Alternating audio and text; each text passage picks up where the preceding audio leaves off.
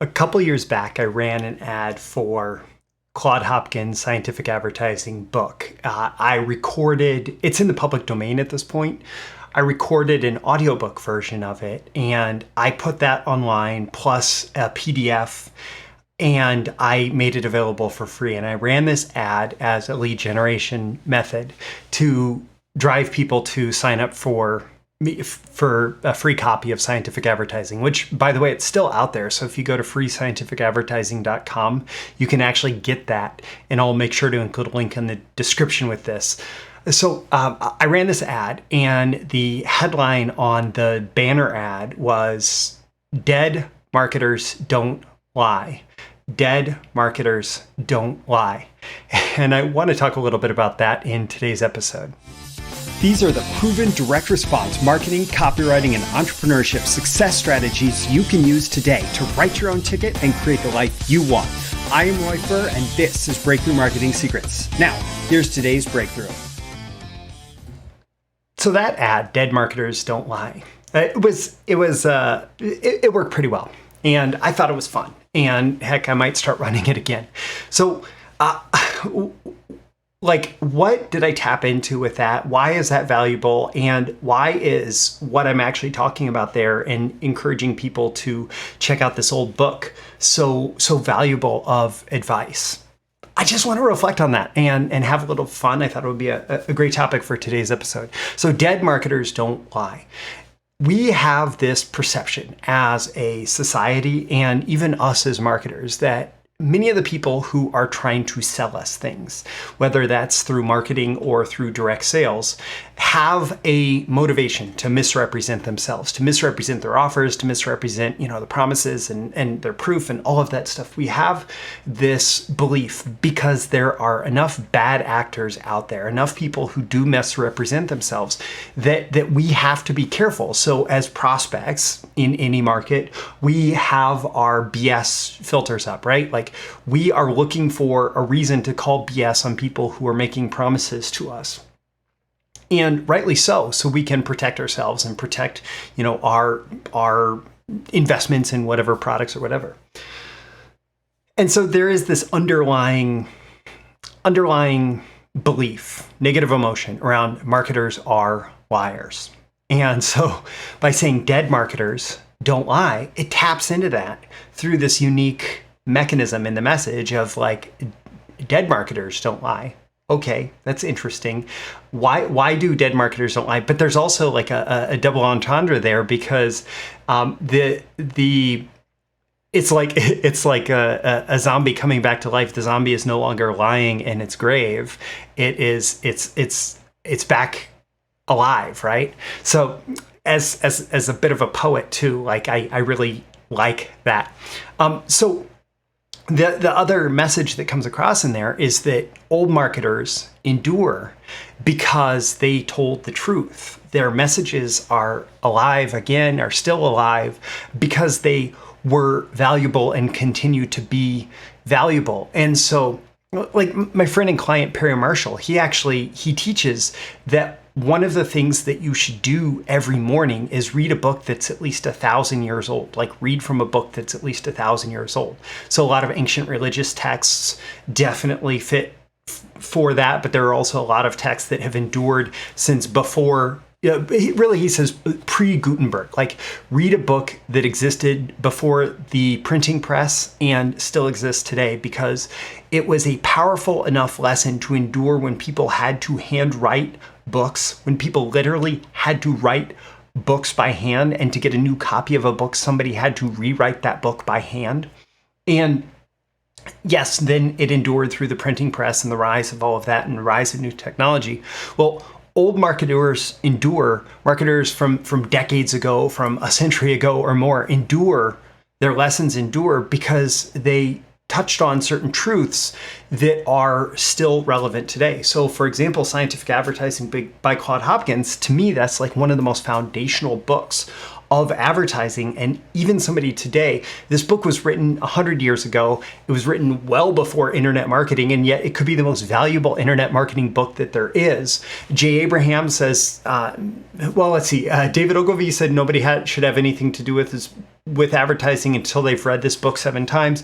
Jay Abraham said he's read it like 50 times, and he used to actually charge people tens of thousands of dollars to come to these week-long live events, and part of what he would do from stage would be just read scientific advertising. This was before it was widely available again. So these people who have been hugely successful in advertising read Claude Hopkins because it laid out these foundational principles of effective advertising that like persist today, that are just as valuable today. And that's the reason why we study these old advertisers. I mean, when I look at all the books that I have about marketing and advertising and copywriting, probably at least half of them were written, at least the original version, before the internet. Like before the internet was a widespread thing. And those are usually even more valuable than the ones that were written after the internet was created, with the exception of like being able to figure out a very specific like application of marketing. And I think about this in the context of, I wrote this article a few years back, and it's become one of my core frameworks that I teach. The architecture of A-list copywriting skills, but that was specific to that article. I've backed it out, and it's really the architecture of all skills. So the foundation that's laid for any skill is based on principles, meaning like the rules, the basic rules for what works, and strategy. And strategy is how you apply those rules, right? Like general guidelines for applying those rules. And then once you have your principles and strategy as the foundation for marketing campaigns, advertising, whatever, then you get into techniques and tactical applications of the techniques. So a technique is a way to apply the strategy, and a tactic is a way in that specific instance to apply that technique. And so you may say that every advertisement advertising is salesmanship multiplied. Or salesmanship in print was the old Claude Hopkins, or advertising is sales multiplied, which is my updated language around that. So advertising is sales multiplied through media. That's a principle of effective selling. So a strategy that is an implementation of that principle may be that your advertising needs to ask for response. And then a technique could be in order to get in order to ask for a response in an advertisement, you should have an order form for somebody to fill in. And then the tactical implementation of that could be, this is the order form design and general layout and copy ideas that are proven to get the best response today, right? And so that's how you take something that's this broad principle that advertising is sales multiplied through media, and you get it down to this specific tactic. And when you go back and you study these dead marketers who don't lie, if you look at it in the context of, what tactics did they use in newspaper advertising in the 1910s and 1920s, like that stuff doesn't feel as relevant anymore. What language did they use? And you can easily dismiss the book on those grounds if you're just looking for tactics. But if you're looking at the deep underlying principles, for example, Claude Hopkins teaches that you should always do a test marketing campaign and tally the results and determine, based on the results of the initial test, if it is worth rolling out on a broader scale. And ideally, you should conduct multiple tests to figure out what works best, and then take what works best and roll that out. Well, that's a strategy that even today, like you look at Lean Startup by Eric Ries, which like blew up in the startup world.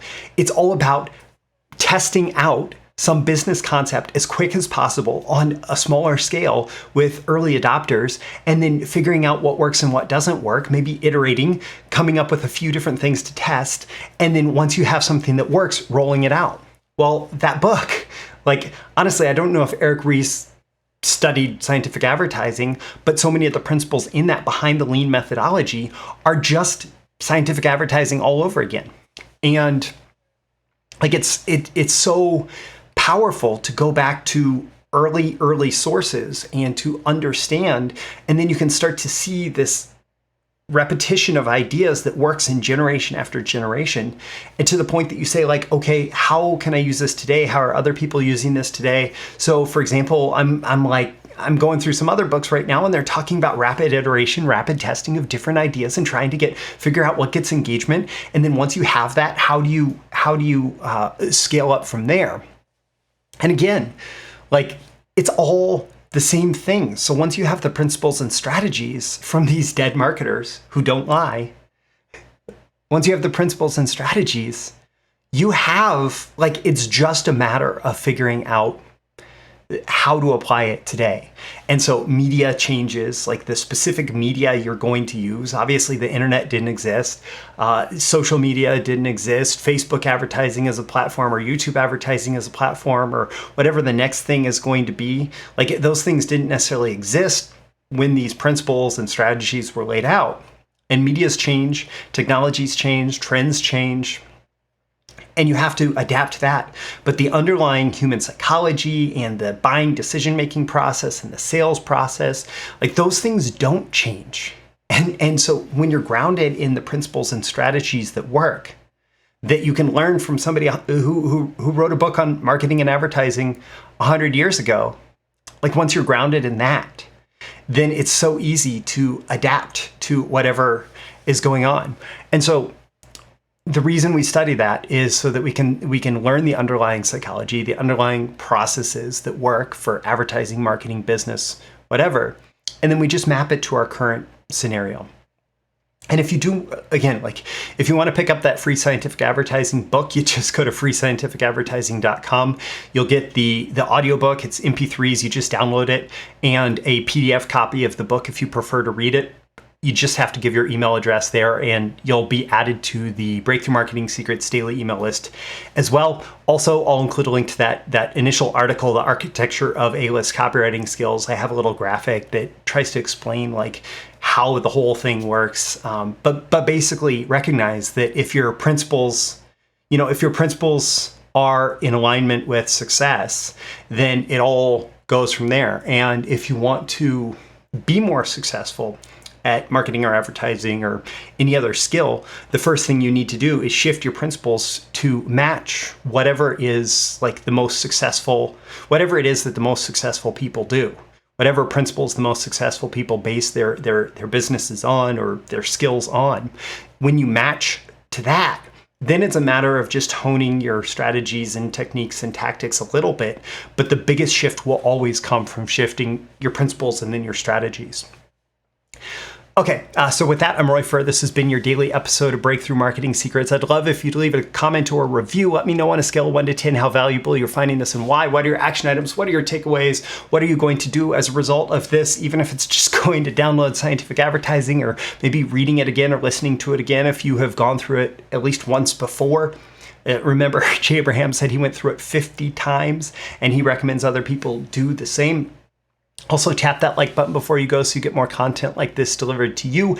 And so the magical algorithms of the internet, share it with more people like you who will find it valuable. You can certainly share it with folks directly, and subscribe before you go. Subscribe here. Also, go to breakthroughmarketingsecrets.com or again, freescientificadvertising.com. Sign up for my daily emails Monday through Friday, including episode notifications and more exclusive content for email subscribers. I've got a lot of great stuff in the works for you. I always aim for 10 out of 10 value. I hope I've delivered it today, and I look forward to seeing you again in the next episode. Thank you once again for tuning in to this daily episode of Breakthrough Marketing Secrets. Remember, check out the links with this episode for even more value. Now make sure you like, comment, share, subscribe, and engage in every way you can to keep this show going and growing and delivering daily value to you. I'll catch you soon for your next big breakthrough.